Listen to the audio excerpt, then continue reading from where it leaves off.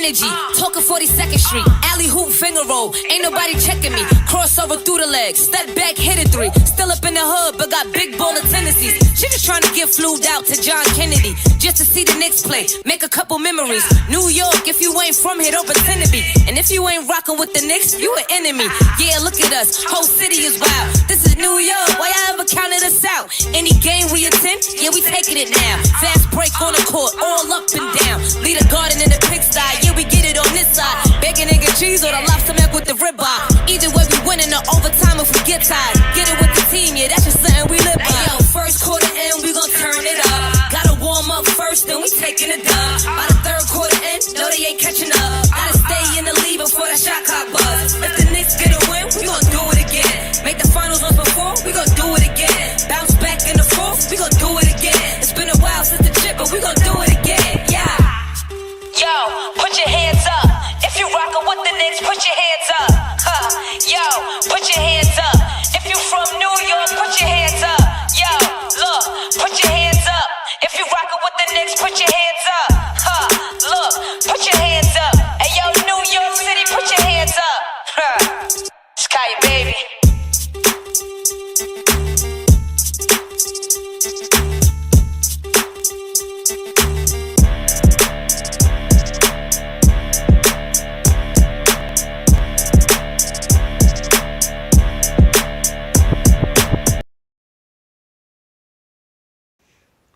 What up, what up, what's going on? It's your boy Bishop D'Lo. We're here, you're there, and we are here at the post-game show for tonight's Knicks game. New York Knicks drop a game 2 at home to Detroit Pistons, 100-94 in what was a 90s style battle. It was definitely a 90s style battle tonight there at Madison Square Garden, and the Pistons pull it out 100-94. We got a lot to unpack where it comes to this game. A lot of different things to talk about where it comes to this game. A lot of, just a lot. just really just a lot. A lot where it comes to this game. And I say that because with all of the different things that are going on and all of the, well, but it just, I mean,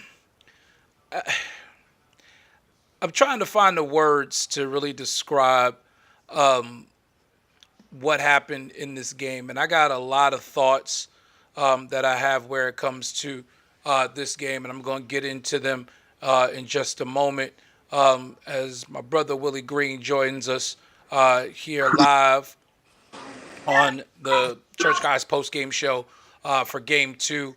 In the other game, the Nuggets game just getting underway. Nuggets leading 16-12 as that game just gets underway out on the West Coast. But Sam, my brother Sam Jennings said really physical tonight. I don't complain about officiating. I've never been one of those guys because, Willie, you know, we played the game. Absolutely. You know, the refs are gonna be refs. You know, I don't complain about officiating because they're human and they're not robots. Right. They're gonna miss some calls. They're gonna make some questionable calls because again, you're asking a human being to be able to judge something happening at light speed. You know, in the throes of an adrenaline-filled game, because whether you realize it or not, referees are dealing with, especially in the playoffs, referees are dealing with adrenaline as well. Mm-hmm. So I want to preface what I'm about to say with that. Mm-hmm. Tonight's game, kudos to Detroit for pulling it out. Kudos to the Knicks for not letting the game get away and actually tying it late in the game, despite all the things that went wrong. But this game was not evenly called at all. This game was not evenly called at all. And the free throw disparity showed it. Detroit went to the line 30 times in this game. The Knicks, but I had the numbers. Let me pull it back up. The Knicks went to the line And Jalen Brunson, who is a master at getting to the line, Jalen Brunson didn't get to the line a lot tonight. Tonight, Philly was 28 of 34 from the free throw line. You mean Detroit? Okay. I'm sorry. Detroit was, last year. Yeah. Detroit was 28 of 34 from the free throw line. New York, 16 of 19. Well, Detroit clearly dictated how this game was going to be played tonight. And The Knicks kind of played from behind most of the game. they did. That's very true. So like you said, kudos to Detroit. But I'll say this from one aspect of the Knicks: Karl-Anthony Towns can't have 10 points Oh, I agree with that. in a And playoff game of this magnitude, where you can literally put a stranglehold on a team that hasn't been in the playoffs in almost 20 years. You cannot have 10 points and 6 rebounds. I will get to Towns and Tibbs because they both Absolutely. deserve Yeah. They Please both do that. deserve the blame for that. Towns and Because- Tibbs both deserve the blame for that. But I have to talk about this officiating tonight. I watched the game from beginning to end, Right. and it was so uneven. I mean, and the biggest disparity was in the first half when the Knicks took 2 free throws the entire Right. first half, despite literally Jalen Brunson and Cade Cunningham getting to the same spots on both sides of the court, where Cade was getting the call on one end and Jalen was getting nothing on the other end. And again, I don't ever get on officials, but my thing is, you gonna let them be physical? Cool. Right. You gonna call the game tight? Cool.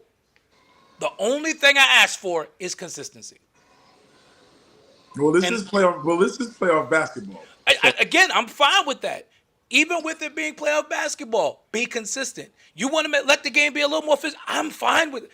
Right. Hey, I'm a 90s lover. Call me what you want, but the physical playoff game is the kind of game I like. Well, let's think about this going in. We knew this was going to be a physical, hard to call series anyway. Right.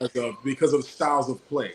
Tibbs Absolutely. wants to play, drag it out a little bit, but then run and gun, depending on how the pace is dictated. Now, if the Knicks can dictate pace, oh, absolutely. You can forget about the refs not being consistent. Yeah, it's not gonna matter. But Exactly. being that they haven't seen Detroit that many times, like they haven't seen Detroit. So They played Detroit 4 times. In the But what regular I mean, season. I mean, in this style of environment, you know what I'm saying? And so we kind of well, got but yeah, a 'cause little bit of a this- taste. that We is got a little bit of a taste, but I today's think NBA. I agree. I think Adam Silver and the officials up top Manhattan is going to pay attention to this game tonight, and they're going to make the adjustments. Of course, they're going to be a couple of fines tonight. I'm going to tell you that in the postgame report. I already know Tibbs going to get a fine. Somebody's getting fined tonight. Somebody's going to get fined tonight. Tibbs needs to, because I want to get to that as well as from a coaching standpoint. And I'm going to get to that in just a moment. Again, physicality will never be my issue. I have no problem with physicality. I just need the officiating. If you're going to let them play on both sides. If you're going to call it tight on both sides. I don't care what the officials do with that regard. As long as I can see they made that call at one end, when it happens at the other end, you're making the exact same call. Okay. I live with it. Now, Because I will ask this question to you, being that Yep. you're Nick aficionado. Let's think about last year's team to this year's team. that was a much tougher team. Thank you. Oh, Thank you. I So- hands so down. for- That for- Knicks team for- was a much tougher team. For an official that basically now, I don't know who the official. I really didn't pay attention to who officiated tonight, but to know that the officiating for the Knicks from last year's playoffs run to this one is going to be completely different, because it's a totally different dynamic of team and how they play and their style of play. And being that they're more rough shot in the paint than they were last year, that's going to be hard to kind of officiate, especially with two bigs now. Like last year, they only had one big. And I mean, that doesn't even really matter because we don't get enough of that too. Way different. We don't get enough of that 2 big lineup. So, but Right, that's another right. conversation. That's for Right. my Tibbs rant, which Right, is later right. on There you go. in the broadcast. Right. That's for my Tibbs rant. But you know, I still got to give. I still got to, I don't want to take. I don't want to take. I'm not gonna take this away from I'm going to Detroit. put culpability on Cat, because Cat should have dominated this game. Absolutely. Cat Tobias should've Harris dominated on Karl Anthony Towns. Cat should have dominated. Cat should have had this 40 game. tonight. Should have. Thank you. 10 Cat points and 6 shoulda rebounds is had- not going to cut it against Cat this should team. have had 40 tonight. No But Isaiah Stewart, so there was no real physical prowess in front. right, of but him their, to make it their backup center was Paul Reed, who right. So how do you? we how know you from not- last how year you- Paul Reed is not ready for prime time. We're not now in the first quarter. I kind of saw where they were kind of trying that right wing Cat on the right wing, trying to get him into that paint, and he was still kind of having problems with Tobias a little bit with the little bumping gun. You got a big and you force that bumping him into the paint, and there's no backside help because number one, they don't respect you to dominate like that. That should have told Tibbs right there and then. I got to get another big in here so that way, if I can feed off of this big and get a couple of dunks for Robinson or get a couple of easy buckets for Cat, then we kind of find out where the redirections and the switches are going to come. Because Mitch has a lob threat. One-on-one. They Right, played him one-on-one. With Mitch, if you put Mitch in the dunker spot and he's the fact that he's a lob threat, they can't cheat over with Cat. They gotta help. So Cat's gotta. So you got Cat in a one-on-one all night long where he can just dominate because the floor is spread. And they did, and they didn't do that. Didn't do it. They didn't do it. Didn't do it. They watched and said, "We want to see you beat us straight up," and him knowing that he could go in there and get 30 just in the paint alone. Listen, he made a couple of moves on Tobias where I said, "Okay, Cat, that's what I'm talking about." And Little they back went to the away basket, from- and then they went away from it. Went away from it. I'm like, "Are you kidding me? Like, feed the beast." Yeah. And for me, like Jay, I don't see why Jalen is not tired of that. Because if I got to go out and get now, kudos to him. He scored 12 in the fourth quarter. Listen, but that Dennis Schroeder, that doucheman came back and hit him right in the face. I don't know if you saw what I saw in the final minute and a half of that game. And knowing you probably did. As good as Cade was tonight, he wanted no parts of that last 2 minutes of this game. No, because he got off the ball he's never quick. Been in that position. Yeah, I'm I'm sitting here going, all right, get on, play Cade straight up now. He don't want it. I'm yelling at the TV going, he don't want it. But that's JB. JB said, listen, he took the ball out of his hand. He said, give it to Dennis and let Dennis facilitate. Mm-hmm. Now, if I get a freebie, I get a free open jumper for you, I'm taking it. But he did come down the floor and knock down a 3 in that fourth quarter. That meant a lot. He did. Came down. I was like, oh, okay. In that third quarter, he kind of took over. But that he fourth did. quarter, The last 3 minutes of that fourth quarter, Cade wanted no parts of it. He wanted no parts of it. And I'm happy. And I'm like not hating on the Knicks, but I'm happy for Dennis because he's been shipped around all year long. So he had to have a moment here. He had to have one. They traded him like he wanted Harriet Tubman relatives. Oh man, he was the golden goose that made the trade go through, man. You know what I'm saying? But kudos to him tonight. But that goes to show you that playoff grit. He's been in these. Listen, he's been in the finals. Yes, sir. Like he's a playoff tested veteran. And those are the type of guys. Again, kudos to JB for making the adjustment and leaving him out there. And not trying to rely on Cade and the young dogs at the end of that game because they were going to choke this game away. I hate to say it, they were going to choke this game away. They shot poorly in the fourth quarter.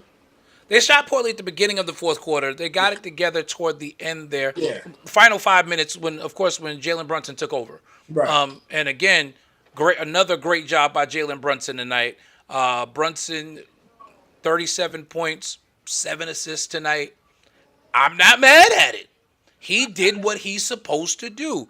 Again, even though Mikal Bridges missed that 3 that would have tied the game, strong game from him tonight, 19 points. OG Anunoby, he had his hands full with Cade. He only gave us 10 points tonight, but, he made Cade work most of the game. Right. And Karl Anthony Towns on the offensive end was the X factor here. He didn't get it done. He didn't, and his coach did nothing to get him going, which is the worst part for me. It's one thing, like you said, if the defensive scheme is set in such a way to where we're gonna try to take Cat out of this game. Right. As the coach, no adjustment Tibbs, you've got to then say, okay, we need to play some more high screen and roll with him to get him going downhill. Right. Get Tobias off him, or at least get him driving at Tobias Harris to where he has to make a decision. trying to pinch post him with Tobias Harris, who while Tobias Harris gives up 5 inches, he gives up 5 inches to him, and but Tobias Harris is pretty strong. He's not a great defender, but Right. he's a tenacious defender. Right. He's gonna manageable. try. He can manage. He can manage. Right. He has to. And so you got a guy who's on him who's giving up 5 inches. Put that fool in the pick and roll and make him have to deal with Cat going downhill. Yeah, that's Not right. with Cat playing back to the basket, because Right. he's going to match him power for power back to the basket. But if you got Cat going downhill off a pick and roll, now you got a freight train running at you. What you going to do? But this is the thing. I love this is why I love the playoffs, because kudos to JB Bickerstaff, because the game was about adjustments. He made in-game adjustments. When he kind of felt the game was kind of getting out of their control, he slowed the game up. Hey, he called that timeout, which was Called huge. that timeout, With- yeah. That he didn't do in game one. And there were a And that couple of, 21-0 run ended that game. right. There were a couple The of Knicks were on the verge of doing that again. right. There were a couple of high pick and roll sets that him and Michael Beasley and Schroeder were incorporated into. That kind of got Cade open a little bit in that third quarter. Right, because you Kinda got to respect their shooting. Yeah, and he kind of got loose. So I was like, okay, they're kind of adjusting to the moment in the Garden. Like I said, game one, the Garden, a lot of teams can't play in those big lights. Mm-hmm. So you got to give them credit for not letting the game get away and managing to win the game at the end. That's what it's going to be about this series. The game is going to be about, this series is going to be about who. Oh, every game's going to be close. style of play. Every game's nobody's running away with this. No, No matter nobody's who running wins, away with nobody's nothing. running away No. with any of these games. Absolutely. Nobody's running away with any of these games, and that's where the coaching is going to come down to it. It's going to be about making in-game adjustments. I mean, even with that, like if you decided, Tibbs, that okay, you wanted to go with JB down the stretch, then get Right. Cat out of the game and put your best defensive lineup out there and get Mitch Right. back in the game. Right. Like, make a decision. Offensively, the Knicks should not have a problem with this team, and this is the part that's scary, is because this team has almost averaged 100 points both games. One game got away from them because of their inexperience to close the show. That's not what happened tonight. They had the lead, the lead shrunk, but they were able to hold on to the game because down the stretch, you had a veteran that could put everybody in their proper place. Oh yeah, Detroit And it- can't score, Right. and I realize that's not Detroit can't score. Right. This is not a good scoring other Right. than Cade It's not. Cunningham. Right. This is not a good scoring basketball team. And that's but- why the Knicks offensively got to put the screws to them. You got to put pressure on them as much as possible. But that's hard when they got you on your heels from the start of the game. That's true. But this is Hard. the thing. If you notice that the referees are going to let certain things go, you've got to get downhill more. The Knicks tonight, it annoyed me. 35 three-point attempts. Why? In a game that was won in the mid-range and down low, Right. you took 35 threes. Detroit, by contrast, took 27. Detroit shot 22% from three tonight. They shot 44% for the game. How do you not take advantage of that? Because you had, well, yes, Detroit has athletically gifted defensive players, Right. but you have athletically gifted offensive players. And great offense will always find a way to beat great defense. Always. Not if your coach doesn't take the shackles. Well, that's absolutely true. But Jalen Brunson proves that every night, because everybody keeps throwing these so-called defensive stoppers at him, and they may hold him down for a quarter or two. But in the fourth quarter, Jalen Brunson always gets off because he's the type of player that's going to figure it out. Right. He's going to figure out how to have his great offense beat your great defense. He's going to figure it out. And the Tibbs, I can't say enough about how much Tibbs annoys me. You played Mitchell Robinson 20 minutes tonight. Right. He is the anchor of your defense against a team with Jalen Duren, who is an outstanding rebounder, and Asar Thompson, who's a pretty good rebounder as well. Why would you not go double big at that point to keep Detroit off the glass? I think with that, it still goes back to Mitchell still getting his legs. Nah, he's 20 games in. It doesn't matter. Because Knicks were out rebounded tonight 48-34. And Mitchell was in the game with some of those rebounding episodes too. Right, but then Cat's out of the game. You've got to make it so, because especially if you got a Josh Hart on your team, who's probably the best rebounding guard. If you've got Mitch and Cat who have to be accounted for, Josh Hart's going to eat up all those extra rebounds because you got to think like that as a coach. Yes, you might sacrifice a little something, but like we said, your team is more offensively gifted anyway. Right. So if you put your best defensive lineup on the floor, it's still better than their best offensive lineup. And they're not taking advantage of non-Cade minutes. In the minutes where Cade is not on the floor, how are you not going right at Detroit defensively, getting up into everybody? Because there's nobody. That Detroit's offense is Cade in the pick and roll, and if you collapse on him, he's going to kick it out to one of the shooters. Right. When Cade's out of the game, you get up on everybody because no one else can create off the dribble. No one else. For the exception of Schroeder. With the exception of Schroeder. But even Schroeder's not Cade Cunningham. Right. But my thing is, the Knicks offensively get impotent when they think that they can dominate a team just by their physical prowess. And if you're gonna destroy a team, you can't hold out your best offensive weapons and just leave it for chance. Like Mikal Bridges usually has a good night. He had a good night tonight. But there's gonna have to be more. To beat this team, I felt like Tibbs sat him for too long in the fourth quarter. Yeah, there's gonna have to be more. Tibbs sat him for too long. I'm never gonna put I love Josh Hart, but I think Josh Hart needs to be coming off the bench. Josh Hart needs to be coming off the bench. Thank you. I ain't gotta say no more. No, you will get no argument out of me from that. I said that from the beginning of the playoffs. I said, okay, it's time to have Josh come off the bench and put Mitch in the starting lineup. There you go. Because OG, you gotta unleash him. You have to. So much. You have to. So much. Because you're stifling him by making him the primary defender of the team's best player, and then offensively he's stagnated. He's spent. All of that on defense. Out the gates, you need to get OG involved, and that's not what Tibbs is doing. Tibbs is like, look, I need you to guard him. If you get me 5 or 10 points, cool. But I need 35 minutes. He didn't go to campaign at the start of the fourth quarter, who was a spark last night in the fourth quarter. No. Like, when I saw JB come out to start the fourth quarter, I'm like, what are we doing? Where's campaign? So he played 42 minutes tonight. Brunson. He played 37 minutes tonight. 37? Brunson played 44 minutes tonight. Wow. 44 minutes of a 48-minute game. He played 44 minutes. OG played 42 minutes. Right. Josh Hart played 40 minutes. So now we're back to this. Right. Campaign got 4 minutes. Landry Shamet got 5. So now we're back to this. When the game is tight and you need a spark, you don't bring and your two spark plugs are on the bench. Right. You don't bring in something to alleviate some of the stress that you're putting on your two main guys. Because I truly believe OG is one of his main guys. And instead of pulling back, giving campaign 7 to 8 minutes, to Shamet 7 to 8 minutes, that takes a lot off your defense.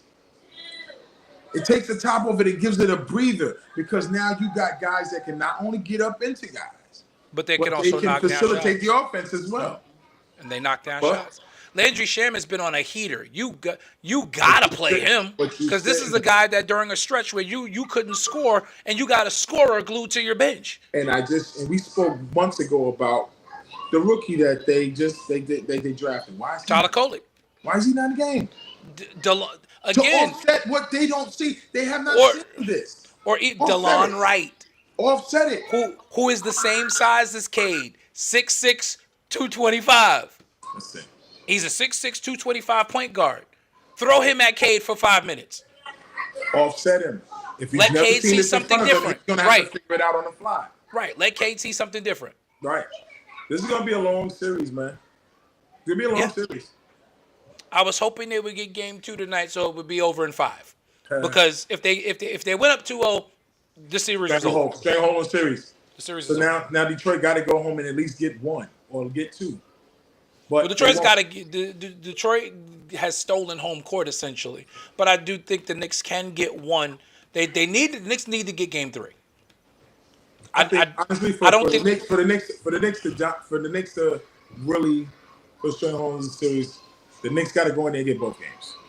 The Knicks got to get both games, but if they can only get one, I think it has to be game 3. That should be a priority. Of course, it's playoff priority to go in and win on the road anyway. It's absolutely a priority, but the problem is at what cost, though? Because for Tibbs, in his mind, he thinks going there to get game 3 is going to mean playing his starters 45 minutes. And that's not going to get it done.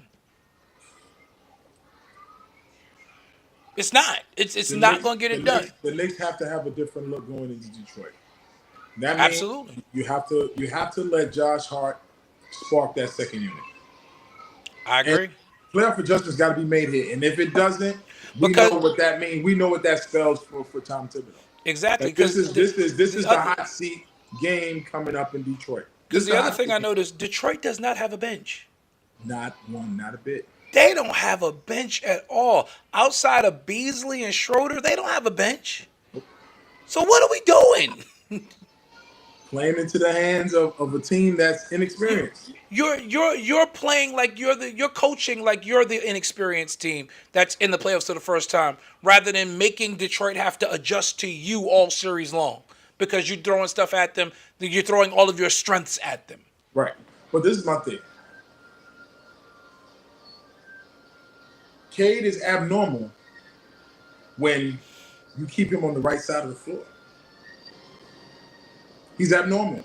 And what are the Knicks doing? Shifting the defense towards the left side of the floor, and that creates shooting lanes and shooting opportunities for other people. So Cade dices the defense into the middle and then kick out. Beasley got 2-3 open threes on the right wing.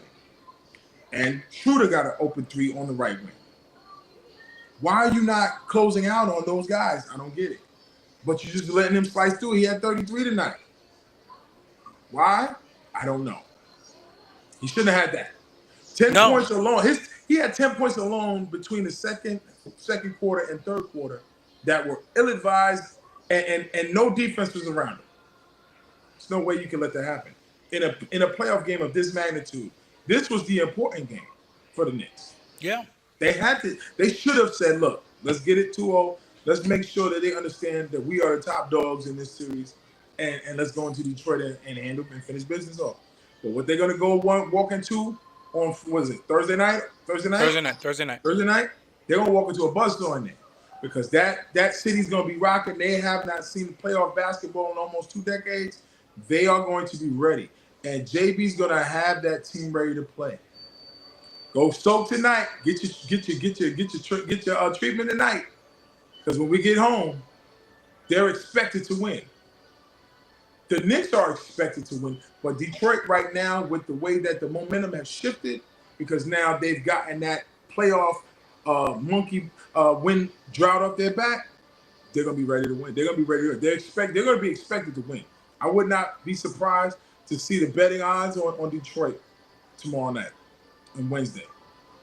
They're gonna be expected to win. I could absolutely see that. I could absolutely see Detroit as being the favorite for Thursday night's game.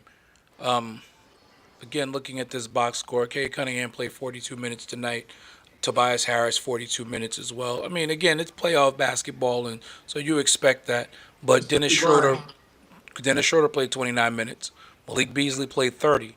These are the guys on their bench that they trust. And Malik Beasley was 2 for 9 tonight. That's not going to happen again on Thursday. It's not. It's not going to happen again. This was the game you take advantage of the fact that you had Malik Beasley off. And then you're the taller team. You're the bigger team. Your Outside of Cade, exactly. Outside of Cade, you have the height advantage in every other matchup. Yep. I think the Knicks just, I don't, and it maybe because I'm like, you want to love the Knicks, but it's like you get me there and then go, This was a dismal performance for me. He only played Deuce 13 minutes. I'm like, you didn't play any of your spark plugs. Like, dude, What are you holding out for? you played Deuce 13 minutes tonight. This guy's been one of your sparks all season long. You played him 13 minutes. And one of your most consistent 3-point shooters. Oh, yeah. Deuce was 2 of 4 tonight. He shot 50% from 3 tonight. But you sit there. Because in the fourth quarter, in game one, you did something smart. Cam is killing. You rode the hot hand. Right. Tonight, you went back to your starters with 9 minutes to go in the fourth quarter. I'm sorry, you started it with most of your starters, right. And then you went back to your full starting lineup with 9 minutes to go in the fourth quarter. But it goes to show you that, like I said before, when we always talk about Knicks, you can't teach an old dog new tricks. No trust. There is no trust, and I get it. The players say all the right things, right. And then let me just dig a little deeper into my issue with Tibbs' coaching philosophy. If there was ever a night in this kind of environment for a coach to at least get a tech, should have got one tonight. Should have got ejected. By the way, they were officiating. This is the way I said it. I said this is the night for Tibbs to get himself thrown out to fire up his team. All the way. Pat Riley would have got himself thrown out. Mm-hmm. Eric Spoelstra would have gotten himself thrown out. I have to give it to you. That first half was horrific. Awful. Horrid officiating. But send me the fine. No, don't send me the fine. No, I don't want that fine. FCC, wait, no, don't send me that fine. I'm keeping my $500. I don't. They were horrid tonight. They were horrid. It was terrible. And for you as a coach not to at least get a technical foul in defense of your players. Right. JB was wrong 90% of the time, and he was in the ref's face all night. And I'm looking at JB with an attitude like, is he really arguing this? Like, he grabbed him. Like, but right. As a coach, his players are going to fight for a coach that's going to fight for them. Yep. He understands, if I do this, they're going to give that extra effort the next time. Right. But that's the great thing about in-game adjustment. Because you see that there's something clearly not going your way. You have to find something on that bench of 15 guys that would at least... Even if it's the 15th man. Even if it is the 15th man. You got... Bring something in that will change the dynamic of the game.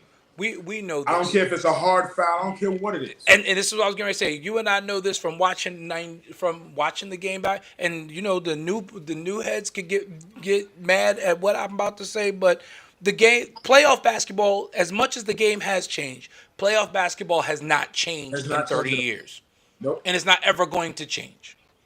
It is hard-nosed. It is rough. It is tumble. It is, punch you in the mouth. Why do you bring in a PJ Tucker if you're not going to use him this time of the year? You bring in PJ Tucker for this. When Detroit's getting a little too handsy with Jalen Brunson, and you need an enforcer to go out there and restore order. Get under their skin, absolutely. To hard foul somebody like, okay, you hit my man, get out there, and as soon as Cade drives, bam! This is how you want to play this. We're going to play this way. Send a message. Send a message. But this is what's going to happen. We can play this way, too. Tibbs is going to do what Tibbs normally does. He's going to hear all of this tonight in the post-game report. He's going to hear all of this in the papers. He's going to hear all of this on the news. He's going to hear this on all the sports outlets. And he's going to do what he want to do. He's going to do what he want to do. He's going to do what he want to do. I'm sorry. And when he feels like the game is just about to get out of hand, where there's no way the Knicks can win, then he's going to put in PJ Tucker. Yeah, I did see that, Sam. Even Carmelo seen it and said they got to get tougher. And you've got legit tough guys on your bench that you're not using. Ariel Huckporty is available. That's 12 fouls between him and PJ Tucker. And to a little bit. And Cam Payne is a tough guy. He's just an enigma. He's just little, yeah. He's just an enigma that gets under your skin. Put him in the game. Campaign Change the is a legit. mindset of what's going on out there. Quiet as this kept, Landry Shamet is a legit tough guy. Everybody knows him for his shooting, but if you ever watch Landry Shamet on defense, he's very physical. Yeah, sure. He's very physical. Like, you got guys that can do the job out there. Put them out there. I'm the type of guy that's like, listen. For a dogfight for all those guys that know I got my gripes about the Knicks. I said Detroit in 6 because I knew that this is the type of series that they're gonna have to deal with. They're gonna have to be tested for the Knicks to get to the second round. This is their biggest test. Yeah. To deal with a team that they haven't seen before and be able to withstand the punch that they're gonna get from them. Because Detroit is not going to lay down. They might lose, but you gotta punch them back. Yeah. You gotta punch, and you gotta punch them harder. You gotta. That the only way to deal with a bully is to hit him back. Karl Anthony Towns, if you're listening, 10 points is not gonna do it. Not even close.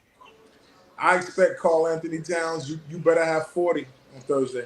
If you don't, he needs to go into Detroit and completely dominate. If he doesn't go off, the Knicks are not going to stand a chance because Jalen Batman can't do it by himself. Nope, not at all. I love you, Jalen, but you can't do it by yourself. No, you're right. And honestly, they didn't go out and get Cat so that Jalen would have to do it by himself, because the front office knows that Jalen can't do it by himself. This type of performance is indicative of why you need a voice that will not only challenge a guy like Cat, because Cat seems to have this aura about him like, if I score 10, ain't nobody gonna say nothing to me because I've done this before. Dude, you haven't done anything. You haven't done anything. You got to the Western Conference Finals, and that was on Anthony Edwards' back. You've never been to a finals. You don't have a championship. You got run out of Minnesota when it was your team. Your team. Anthony Edwards came in and took your crown from you. I feel like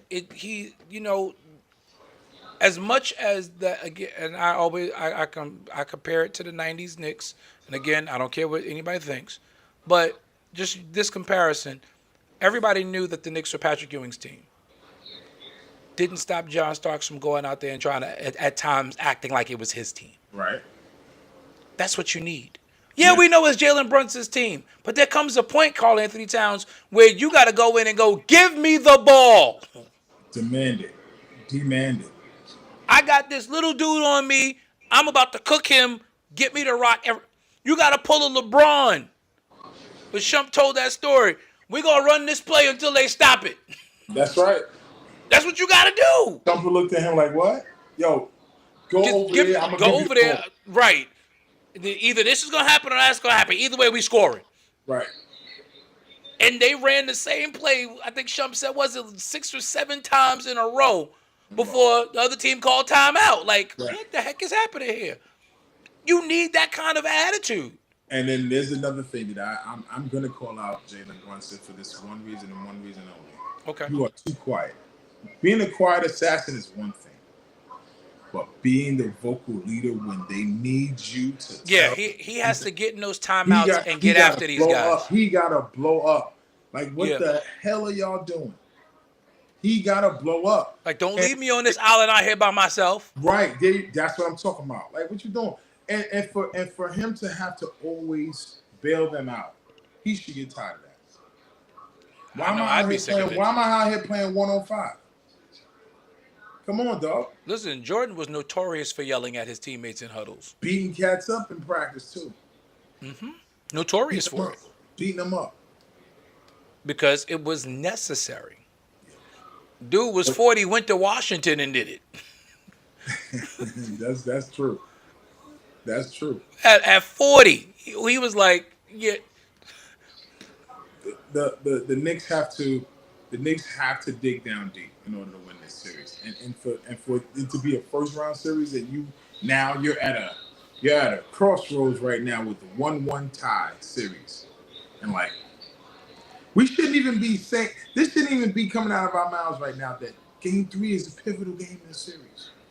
You shouldn't even be saying this about It should be, about this series. Knicks are up 2-0. Detroit's going to come out, punch them in the mouth because they're going home, but the Knicks will win the series. That's what we should be saying We right should be saying that. Or gentleman's sweep. Like, we should be saying that. Mm-hmm. 2-0, we go to Detroit, we lose one because we know home cooking, the narrative is for the team to Yeah. win. Blah, blah, blah. They'll get that. We'll get game Right. 4 on Saturday, and then Right, come back we'll- home and close it out on Monday. And that's Period. the end. We're done. Not game 3 is a pivotal game in the series. This could swing the series right here. It's going to swing the series one way or another. So, And so you the at this point, the Knicks got some issues going Absolutely. into Motor City. They got some issues. and at this point, you can't rely on Detroit's youth to continue to bail y'all out. And if I know the Dennis Schroeder that played for the Nets, that's playing for this team, he's gonna have them fired up. Oh, absolutely. You're gonna have them fired up. Man that came in second in World Cup versus USA, he gonna have them fired up. He gonna have them Oh, ready. absolutely. He's gonna have them ready. He's gonna have Listen, them Dennis Schroeder is quietly very underrated as a ready. professional. Bona fide professional. I mean, and the fact that he's been traded 9 million times Is it does not travesty to diminish how good he really is. it's a travesty to basketball that he's been moved around like a bargaining chip. Like Right, he's you're right. He's like he's trash. This was a first round draft pick of the Atlanta Hawks. Was supposed to be the cornerstone of their franchise until they drafted Trae Young. Then they shipped him out of town. And he shipped him out of town, Out of town. and he's done a lot better than Trey has. Oh yeah, oh yeah. Which, by the way, Landry Fields was fired today. As he should have been. The Atlanta Hawks. Yeah, the DeJounte Not saying Murray that he didn't thing. make any great moves. He brought in some great young talent, and I think that. But they I think- underachieved. Yeah, but I think this is the last time we'll see Trae Young in Atlanta Hawk uniform. I think. You think he's getting traded? Yeah, I think he'll be traded. I think because he needs a fresh start. He needs to go somewhere where there's a winning culture. Because honestly, he has carried that Atlanta Hawks team on his back. And, This is true. And for them to always be in the plan because of him catapulting them into that situation where I want to give us a puncher's chance to get into the playoffs. He led them to an Eastern Conference Finals, man. And for him to get that, for him to have that on his back or have that on his resume, he needs to go to a winning culture. He really does. Not saying Atlanta is not it, but they don't have the cachet or the coaching acumen right now for them to even be talked about, even in the playoffs. I agree. He needs to go somewhere where there's an established winning culture. And people that are going to keep him accountable and make him play. I was going to say, an established coach Superstar as well, Yeah. who has steeped a tradition in winning where they are. Like and honestly, I'll tell you this is a great landing spot for him. the Clippers. Just playing that, they don't have to give up anything for him. I would love to see him in Houston. I would love to see him in Houston. You think Udoka is the right coach for him? Oh yeah. With that young core down there, him and Jalen Green and those young bucks down there, just the simple fact that he's there. I mean, you might have to do something with Van Fleet's contract. I mean, Van Fleet would have to go. Yeah, like you got to do something with that. But I would love to see him in a place like Houston where it's run and gun. Ime's going to be hard nosed on him. It's going to make him accountable. If you He's going to make him defend. Gonna make him defend. Yeah, I'm trying to tell you, like that's a team that because honestly, there's really not another place that could give that to him. Maybe it's San Antonio, but we don't know. The Popovich thing is up in the air right now, so we don't think he's gonna return. And that's sad. I mean, they got De'Aaron Fox, so I mean, yeah, but that's not gonna pan out to be anything. He's gonna want out of there in a minute because the coach is not there. Victor's there, Wembanyama's there, but I mean, they got a nice young core with Wembanyama Wembanyama and Stephon Castle. That's a nice little but tandem. Popovich being there, not being there, kind of took the wind out of that sail for True. that team, because that's a culture that is used to seeing Greg Popovich on the bench. True. Because And there's with Pop's age and health, I don't think he coaches again. I think I think he's done. I think he's done. But a guy like that, needs to either be he needs to be in a Houston uniform, or because there are a lot of things happening on the other side of the water here in New York. Possibly him and Zion teaming up in Brooklyn. Yeah, but that'd be a good look for him. It's not. It'd be a good look for him. I mean, it would get him into the Big Apple, but that the culture isn't there. That's the only thing. The winning culture isn't there. That's the issue. Yeah. I like what Jordy is doing as the coach. I think Jordy Fernandez did an excellent job of what he had this year. Yeah, yeah, absolutely. But he doesn't have the cachet of being a Greg Popovich in terms of being able to demand the respect of a Trey Young. I mean, he did a lot with younger players this year who they had to listen to him. I mean, Right. they're young and really fighting for their own legacies within the league to get in, bring in an established veteran like that. I mean, I get and Zion. I can't even say that would be a difference maker because he hasn't proven anything either. Right. So, you know, it'd be interesting to see though. I do think it would be interesting to see. Zion and him and Trey Young in Brooklyn. Barclays will be packed again though. That's for sure. Oh yeah. Barclays will I definitely. make sure I buy me some tickets. Listen, I can't root for the Nets. I can't do it. I can't do it. I'm too much of a real New Yorker. They will always be New Jersey to me. I'm sorry. Clippers lead the Nuggets by 3, 147 to go second quarter in that game. Clippers looking to even the series as well against the Denver Nuggets, who eked out a win in Game 1. They escaped in Game 1. They escaped in Game 1. Clippers are too loaded to be dealing with Denver the way they're dealing with Denver. That's true, but again, you know, even with Kawhi on that team, the Clippers don't really have that playoff pedigree, you know, that Denver does have. Jamal Murray is the X factor in this series. True. If he goes off, the Clippers don't have a chance. This is very true. But that's been the secret sauce for Denver this entire window that they've had. You know, as great as Jokic has been, it's really been Jamal Murray that has pushed them over the top. Right, because they don't fear Jokic as much as they did before. Right.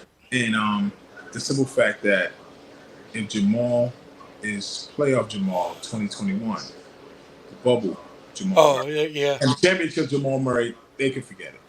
Because I don't care how much Kawhi scores. James Harden is going to show up the way James Harden shows up. Correct. So that's just the way it is. You know, he's a great player in regular season, but the playoffs, he's dismal. It's hard.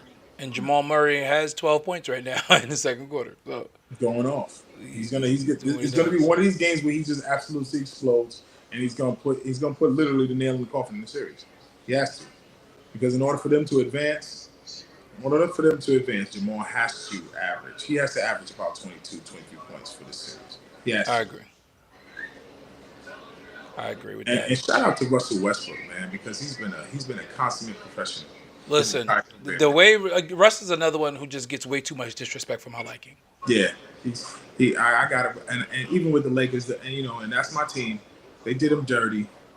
You know, they made him to blame. LeBron too. You know, he takes a lot. He doesn't want to take a lot of heat. He likes to put a lot of heat on everybody else.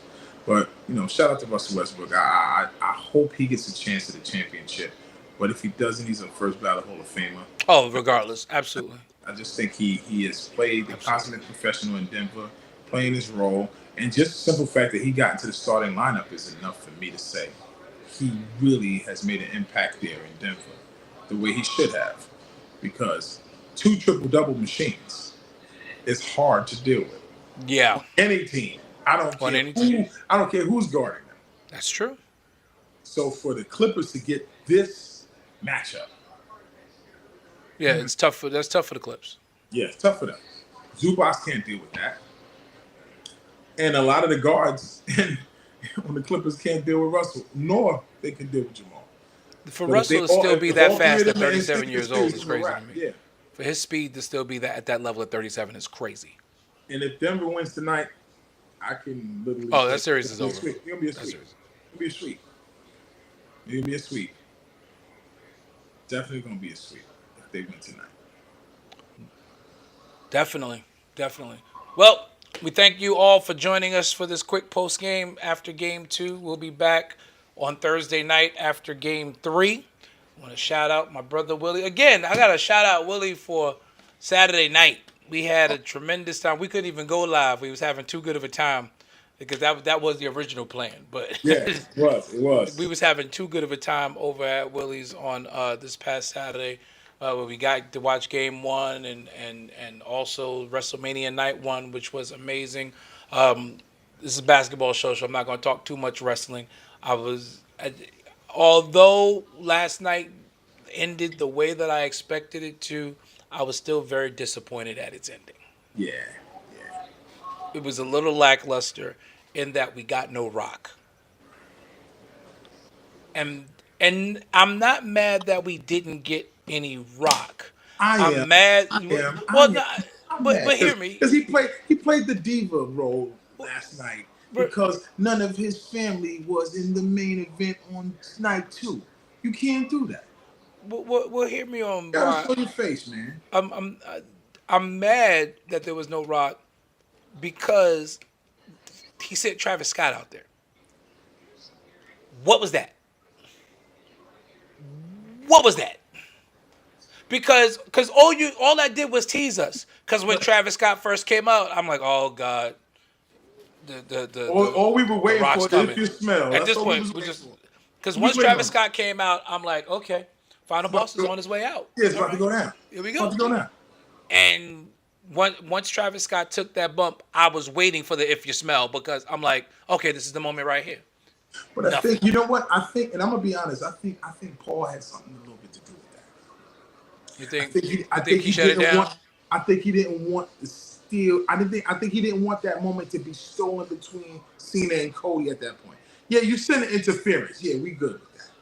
But to take that moment knowing that The Rock is a totally different beast, walking out there dealing with. So then you don't send out Travis Scott. I I mean, think granted, we knew that Cena was not going to be able to beat him clean. I don't think any right, of us expect. I think if you're a wrestling fan, you knew it was not going to be a clean finish. right. But find another way because Travis Scott going out there just it dampened it for me because And it's like this and is the being guy that cost Cody the belt. That doesn't make sense to me. but being that we're the wrestling fans that we are, you gotta say we kind of love this Cena a little bit because we have never ever seen him like this before, and we're kind of anticipating what, like he said it tonight on Netflix, and I don't want to spoil it for too many people who didn't watch it.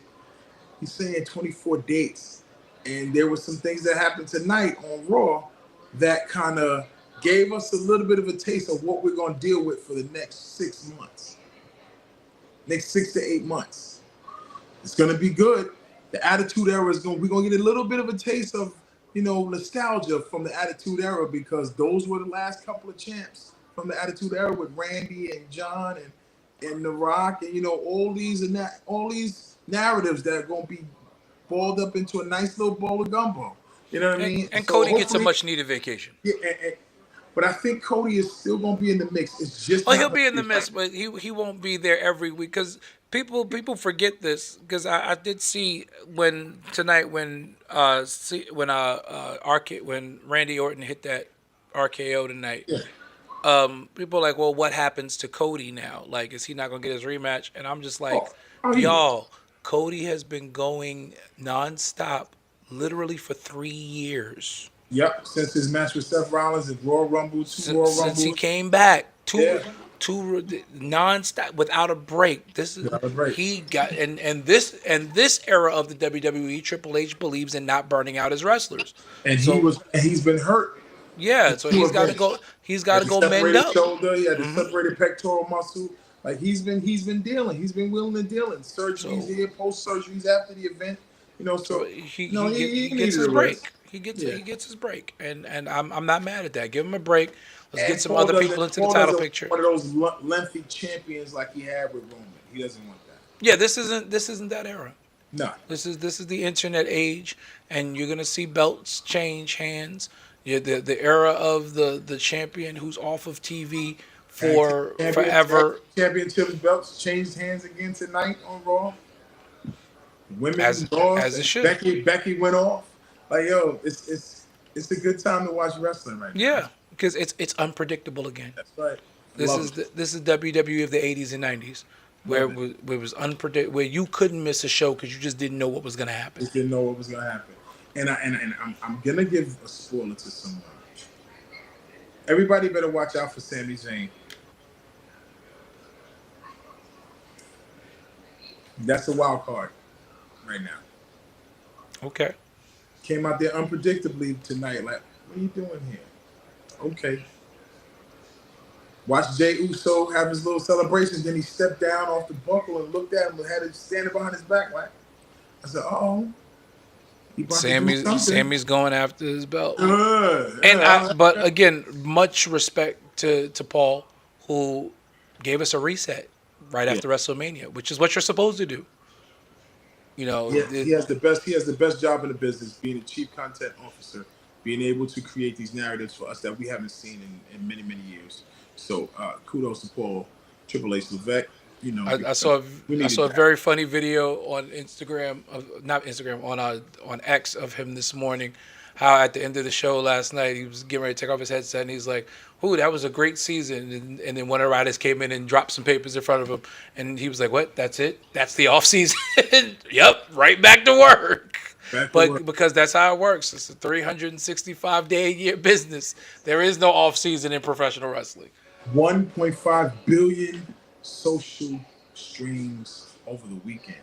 Man, unheard of. They are printing money. The acquisition of AAA, the partnership with TNA, doing things that no wrestling promotion has ever done before. They just announced Survivor Series in San Diego for this November. SummerSlam this year will be a 2-night event for the first time ever. Hosted by Cardi B. At MetLife Stadium. So all of my New York, New Jersey, Connecticut, tri-state area people, get your tickets. SummerSlam is going to be a show because they're coming home. No Offset.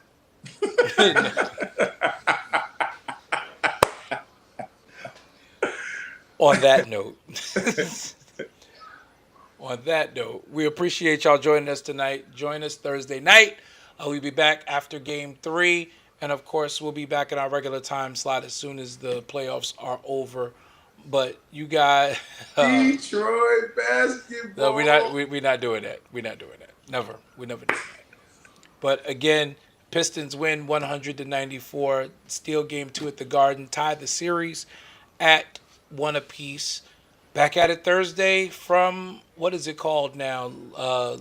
Little Caesars Palace? Little Caesars Palace or something crazy. Little Caesars Palace now? Cat, you better show up. It used to be the Palace of Auburn Hills. Now it's Little Caesars Palace, but whatever. Detroit. That's right. Detroit. Shout out to Willie Green. Thanks to you, Sam Jennings, for popping in as you always do. We appreciate you. We will see y'all next time on the Church Guy Sports Show. Later. Yo, this is the state of emergency. Check.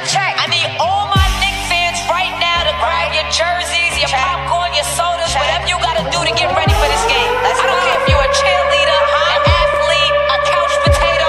We're here to restore the feeling. Matter of fact, how do you say it from New York? What I say from New York? Hey, yo, let's go now. Hey, yo, I bring that New York energy. Talking 42nd Street. Alley hoop finger roll. Ain't nobody checking me. Crossover through the legs. Step back, hit it 3. Still up in the hood, but got big baller tendencies. She just trying to get flued out to John Kennedy. Just to see the Knicks play. Make a couple memories. New York, if you ain't from here, don't pretend to be. And if you ain't rocking with the Knicks, you an enemy.